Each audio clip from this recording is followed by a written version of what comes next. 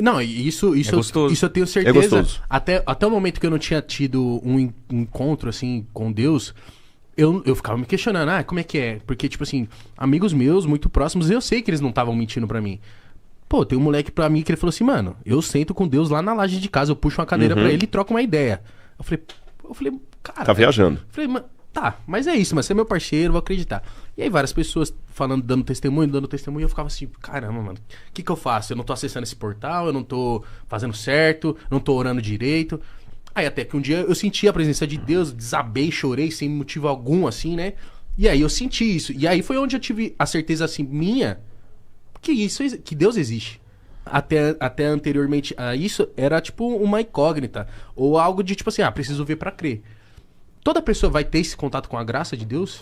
Vai. Só que é o seguinte, existem 1000 maneiras de preparar Neston, invente a sua. Lembra? Sim. Algumas pessoas, elas têm um talento diferente da outra. Deus vai usar pessoas de maneiras diferentes. Ele vai se corresponder de maneiras diferentes. Deus pode falar através de sonhos. Deus pode falar através da vida. Agora, tem alguns elementos que são importantes. É importante você orar. Se você está na galera que tem acesso à Bíblia, lê a Bíblia, descobrir a vontade dele e deixar que ele use os seus talentos. O ateu. Eu quero saber Vou do chegar no ateu. ateu. Perdão, Porque eu conheço muito ateu amoroso, gente boa. E aí, ele vai morrer, ele vai pra onde? Essa pergunta já me veio em alguns podcasts e também já gerou cortes que eu fui Maldosos. crucificado por isso. Vamos lá.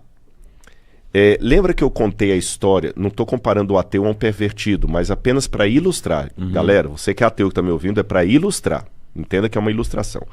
Lembra que eu fiz aquela comparação de duas meninas promíscuas? Que eu olho, para mim é tudo promíscua. Mas uma às vezes é promíscua para o mau caratismo, a outra é para um trauma. Vamos imaginar agora 2 ateus. Um ateu é aquele ateu que desdenha de Deus mesmo, ele cospe, ele não quer saber do Espírito Santo, ele... Fica com Deus, Deus existe. E ele desdenha no sentido de... Lembra que você perguntou o pecado contra o Espírito Santo? Sim. Não é Deus que desistiu dele, ele desistiu de Deus, ele não quer. É deboche. Até o deboche eu vou colocar entre aspas, você vai entender o porquê. Existe um outro ateu que talvez até também deboche. Por isso que eu acho que não é o deboche que faz a diferença. Entendi. Tem um outro ateu que talvez até deboche. Só que enquanto o primeiro está ferozmente resistindo ao Espírito Santo e cuspindo em Deus e cuspindo na graça e não querendo saber, o segundo ateu às vezes é um ateu porque ele foi criado às vezes num lar que o pai era um pastor e dentro de casa batia na mãe. Nossa. Às vezes ele cresceu numa igreja onde ele foi violentado por um líder religioso. Às vezes ele foi tão assim maltratado pelo chamado fã-clube de Deus, que ele fala, peraí, não quero ser Deus. Vou até abrir um parênteses, não de um ateu, mas de alguém que recusou a Jesus por causa dos cristãos, Mahatma Gandhi. Quando Gandhi foi estudar na África do Sul, ele começou a ler o Evangelho. E ele ficou tão impressionado com o ensino de Jesus, falou assim, é isso aqui que eu preciso para acabar com o regime de castas na Índia. Ele se apaixonou por Jesus. E ele começou a frequentar uma igreja cristã. Só que ele foi, tão execrado nessa igreja cristã. Ele foi tão ofendido racialmente falando, que ele falou assim, peraí, tem alguma coisa errada. Esse Jesus não deve ser essa coisa toda não, porque os discípulos dele não seguem o que ele fala. Aí tem aquela frase célebre de Gandhi, que não é mito, é frase dele mesmo, no meu livro eu tenho inclusive a fonte. Ele falou o seguinte, eu não me torno cristão por causa dos cristãos. Se Gandhi tivesse se tornado cristão, com a influência dele, a Índia era para ser o país mais cristão do mundo hoje. E você tem 3% da população da Índia que é cristã. Um país com quantos bilhões? 1 bilhão e... Lá tem mais de 1 bi. 1 bi é alguma coisa. Imagina que apenas 3% da Índia são cristãos. Era hoje para a Índia ser o país mais cristão do mundo, se os cristãos fizessem o dever de casa. Assim como os cristãos foram a barreira para Gandhi aceitar a Cristo, e Deus não vai punir Gandhi por isso. Deus puxou ele dos cristãos? Mais do que Deus dá rasteira. Só que muita gente, mesmo apanhando, vira mulher de malandro, não aprende. Pelo contrário, continua com o malandro. Você tá entendendo? Não tô defendendo violência contra a mulher, não. Não, entendi. Agora, assim como Gandhi deixou de ser cristão por causa dos cristãos, esse segundo ateu da minha ilustração aqui, ele tá junto com o primeiro ateu.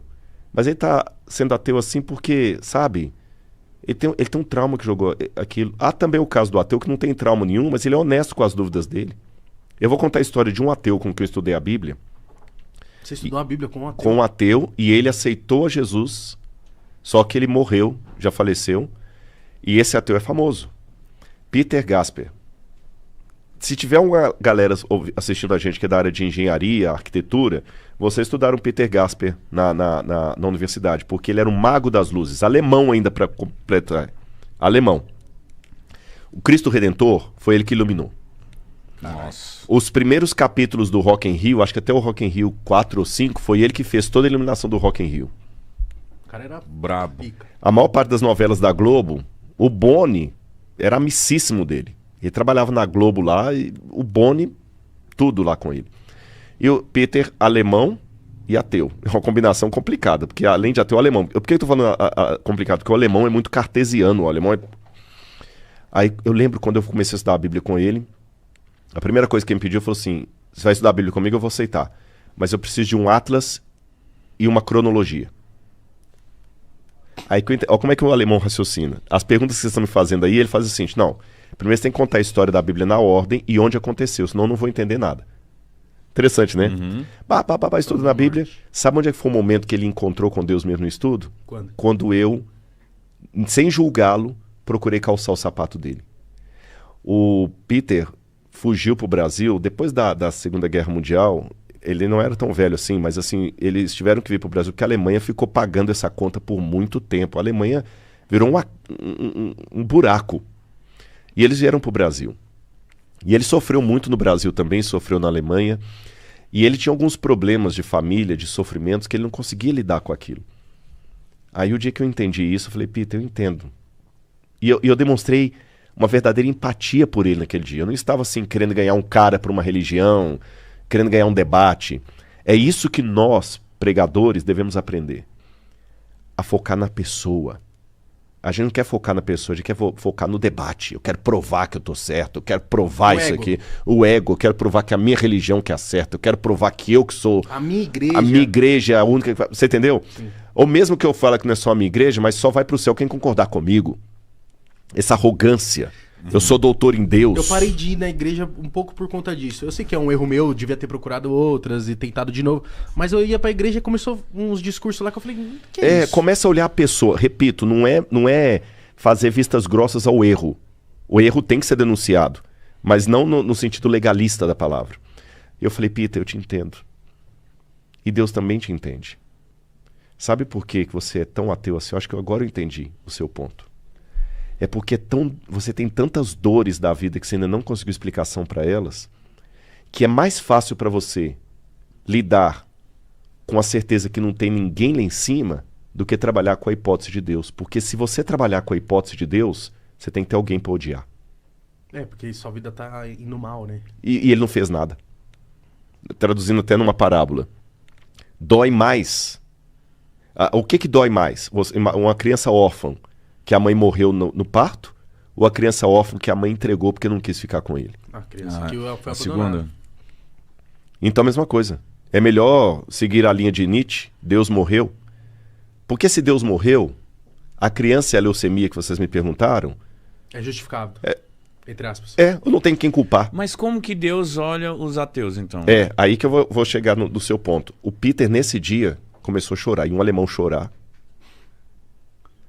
É isso mesmo. E aí eu fui trabalhando e ele aceitou a Deus. Mas veja bem, o Peter, ele não era um ateu, tá certo? Então, pegando o exemplo do Peter que eu falei e tudo mais, quem sou eu para julgar? Eu só tô vendo todo mundo ateu. Mas quem sou eu para julgar qual é o ateu que está recusando Deus porque ele está cuspindo na graça, está correndo do Espírito Santo, e o ateu que está com dúvidas honestas? Agora vem o ponto do recorte que deu o maior bafafá na internet. Quando eu falo o seguinte... Eu estou preparado para entrar no céu e, surpreendentemente, ver um ateu ali. Aí muita gente crucifica. Mas como é que pode ser? Você não aceitou Jesus como salvador pessoal? Eu falei, ninguém sabe. Pra mim, o que você falou é completamente coerente. Mas, olha, vocês não sabem, eu rebuto. E vai dar recorte disso aqui também. Tá entendendo? O Rodrigo herege, é seita, porque ele tá falando que ateu vai pro céu. Gente, eu não estou falando que você... Olha, eu quero repetir aqui para ficar bem claro. E esse é um dos podcasts com maior audiência que eu sei que há. Para ir para o céu, eu preciso ir pela graça de Cristo mediante a fé. E não é de obras. É Cristo que me conduz ao céu. Vou até ser mais radical aqui. Buda não me leva ao céu. Eu posso respeitar muitos budistas, mas I'm sorry. Buda não me leva ao céu. Eu posso respeitar os muçulmanos, mas I'm sorry. Maomé não me conduz ao céu. O único caminho, verdade e a vida é Jesus. Ponto. Agora, como Jesus está trabalhando no inconsciente daquele ateu que às vezes não aceitou a Cristo porque o Rodrigo pintou uma caricatura tão torta de Deus que fala, se Deus é isso aí, obrigado, eu tô fora. Você tá entendendo? Aí eu vou entrar no céu... Não é um fardo muito grande falar sobre Deus? Claro. Porque... Depende. Não, porque eu pensei justamente pela frase que você falou. Porque se você fosse um cara sem compromisso, você vai afastar as pessoas de Deus. Uhum. E não ao contrário, né? Então você tem que ter um compromisso. É assim, nesse sentido concordo. Sim, eu costumo falar que a única... Eu tô com a Bíblia aberta aqui no programa de vocês. Mas a minha vida é a única Bíblia que muita gente tá lendo lá fora. E eu tenho uma consciência pessoal minha. Hoje eu tô indo em tudo enquanto é podcast aí falando, é um privilégio, as pessoas conhecem na rua, mandam abraço, eu te assisti e tal. E agora o mesmo fala, eu te assisti no Podpah. Mas eu sei que um mau testemunho meu, um mau exemplo meu, Deus vai cobrar.